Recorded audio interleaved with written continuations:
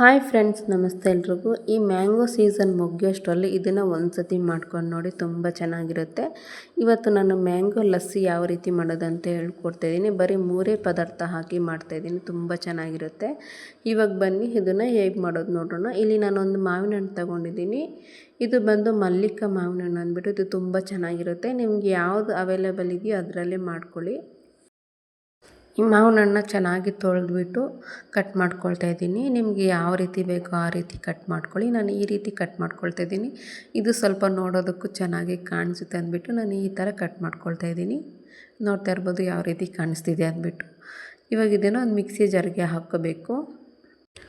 ಇವಾಗ ಕಟ್ ಮಾಡಿ ಇಟ್ಕೊಂಡಿರೋಂಥ ಮಾವಿನ ಹಣ್ಣು ಒಂದು ಮಿಕ್ಸಿ ಜಾರ್ಗೆ ಹಾಕ್ಕೊಳ್ತಾ ಇದ್ದೀನಿ. ಇಲ್ಲಿ ನಾನು ಒಂದು ಮಾವಿನ ಹಣ್ಣಲ್ಲಿ ಮಾಡ್ಕೊಳ್ತಾ ಇದ್ದೀನಿ. ನೀವು ಎಷ್ಟು ಬೇಕಷ್ಟು ಮಾಡ್ಕೋಬಹುದು.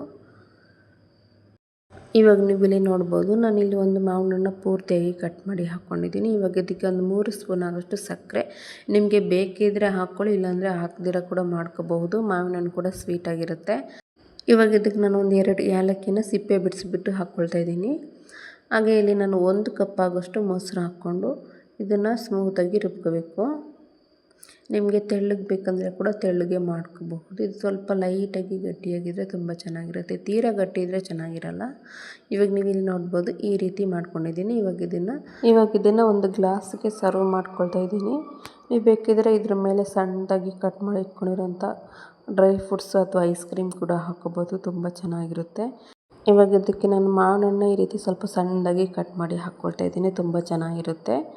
ಇಷ್ಟೇ, ತುಂಬ ಸಿಂಪಲ್ಲಾಗಿ ರೆಡಿ ಆಯಿತು ಮ್ಯಾಂಗೋ ಲಸ್ಸಿ ಅನ್ನೋದು. ತುಂಬ ಚೆನ್ನಾಗಿರುತ್ತೆ. ಒಂದು ಸತಿ ಟ್ರೈ ಮಾಡಿ ಈ ಮ್ಯಾಂಗೋ ಸೀಸನ್ ಮುಗಿಯೋಷ್ಟರಲ್ಲಿ.